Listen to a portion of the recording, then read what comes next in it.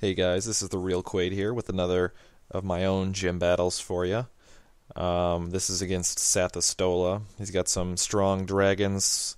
I respect the Star Raptor and the Milotic. Those are some fun choices. Infernape's always tough. Mamoswine historically has given me problems, although that was more with my mono poison team. Now that I've switched it up a little bit, I have some more options to deal with him.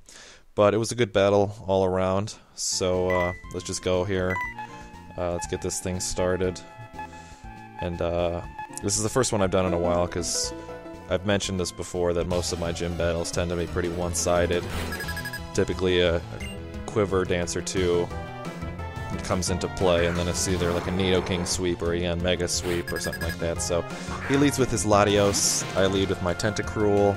I haven't fought a lot of Latios, so I made a pretty critical error here and leave Tentacruel in.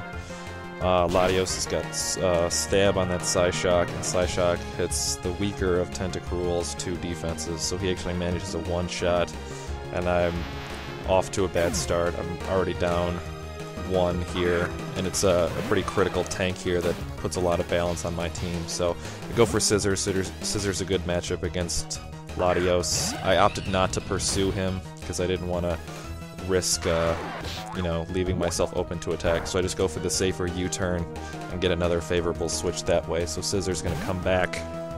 I send out my Medicham. I knew he didn't have any ghosts or anything that I really had to fear.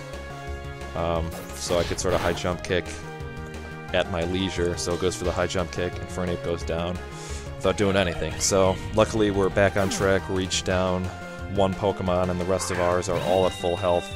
Goes for Staraptor. That's a pretty good switch. It's going to lower Medicham's attack.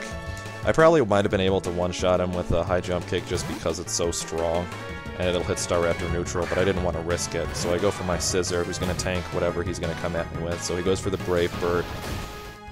Scissors neutral to it, invested in hit points, so he's pretty good. It actually does a lot of damage, but that basically confirms my suspicion that he was choice banded. So I didn't want to. I figured if he was going to stay in, I would have been able to beat him with a Bullet Punch, and sure enough, that's exactly how it goes down. So Staraptor falls, does some pretty good damage to Scissor, but Scissor doesn't need. Scissor's, scary with one hit point. He doesn't need any more than that.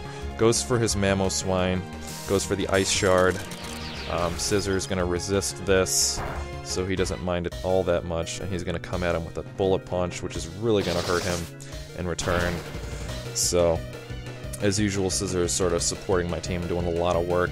He actually activates the Focus Sash that he has, so I was a little frustrated by that. I didn't bother to look. I thought I had enough that I could survive another one and finish him off.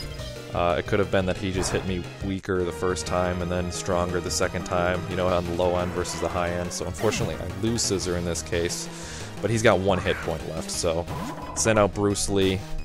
I figure he's gonna come at, he was either gonna come at me or he was gonna switch.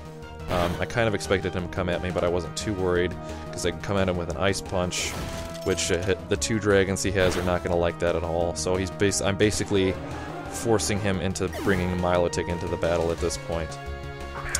So sure enough he does. Here comes Milotic. I'm gonna have to switch my Medicham, but I don't necessarily mind.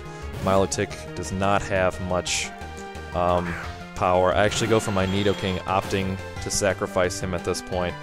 Nidoking doesn't outspeed the two dragons without a boost, so I basically say, okay, you can have my Nidoking. He actually survived, which surprised me. That actually worked out really well because I got some free damage here on Milotic that I did not anticipate on getting. Milotic is especially defensive, so I didn't expect to one-shot him, and she does survive, but Nidoking is going to fall to the Scald here. Basically going as planned, actually better than planned, because now Milotic is really suffering. It's going to give me a free turn to bring in my Venomoth here once it gets a little leftovers recovery. But Venomoth is going to come in, and he's going to be free to wreak some havoc here. Goes for the Sleep Powder. The other thing that's nice is the Wonder Scale. Even though it's activated right now because of the sleep, most of my, the Venomoth Quiver Dance setup is designed for special attacking, so it doesn't really affect that at all. So I go for the quiver dance. I figure I'm going to go for it, see what happens. He does keep Milotic in, trying to go for a Dragon Tail, I'm sure, and end the setup right there. But I have enough left. Now that Nidoking did so much damage to Milotic, I know my Medicham can finish it with a high jump kick once it wakes up, so I'm not worried about that, and my Medicham also can knock out both of his dragons really easily with that Ice Punch. So I go for the gold here, Baton Pass to my Yanmega, who's going to destroy the 3 he's got left. Manages to get another turn of sleep, which is always good. And now Yanmega is going to finally proceed to do some work. So he's done, I know you haven't, like on the videos that I've featured, Yanmega has largely been fodder and hasn't done a whole lot. That's one of the reasons why I wanted to bring this battle on to the channel, because I didn't want it to make it seem like Yanmega is useless in any sort of way. It's just that the battles that he usually fights in are so one-sided that they're not interesting. He's had some nasty sweeps before, so Latios comes in, Yanmega's going to one-shot him easily. Latios is the offensive of the twins, of the Dragon Twins. So Yanmega with the speed and with that high special attack, and now he's got, behind a quiver dance, there's a one-shot right there. His last Pokemon left is going to be Hydreigon, who also is weak to Bug Buzz. So Yanmega, again, is going to finish him with incredible ease here. And like I said, if I wasn't able to manage a Yanmega sweep, I figured my Venomoth would have been able to take a turn to Baton Pass away. Even if he would have Dragon Tailed away my Yanmega, my Medicham would have finished off both of his dragons with Ice Punch, and his Milotic he would have finished off with a high jump kick. So I figured I'd just go for the easy sweep and just go for it that way. If not, I had some plans that probably still would have been able to take me to victory if it didn't work. So good game to Sath. I look forward to another challenge. I'm expecting some good stuff now that he knows, what I've got coming on. I know he tried to get some good type matchups with Mamoswine and with Infernape, trying to play off the weaknesses I have, but it ended up that, both of them sort of got one-shotted early on, and his powerful dragons just got destroyed by Yanmega pretty much on his own. So, I just want to thank you guys for watching as always, and I'll see you next time.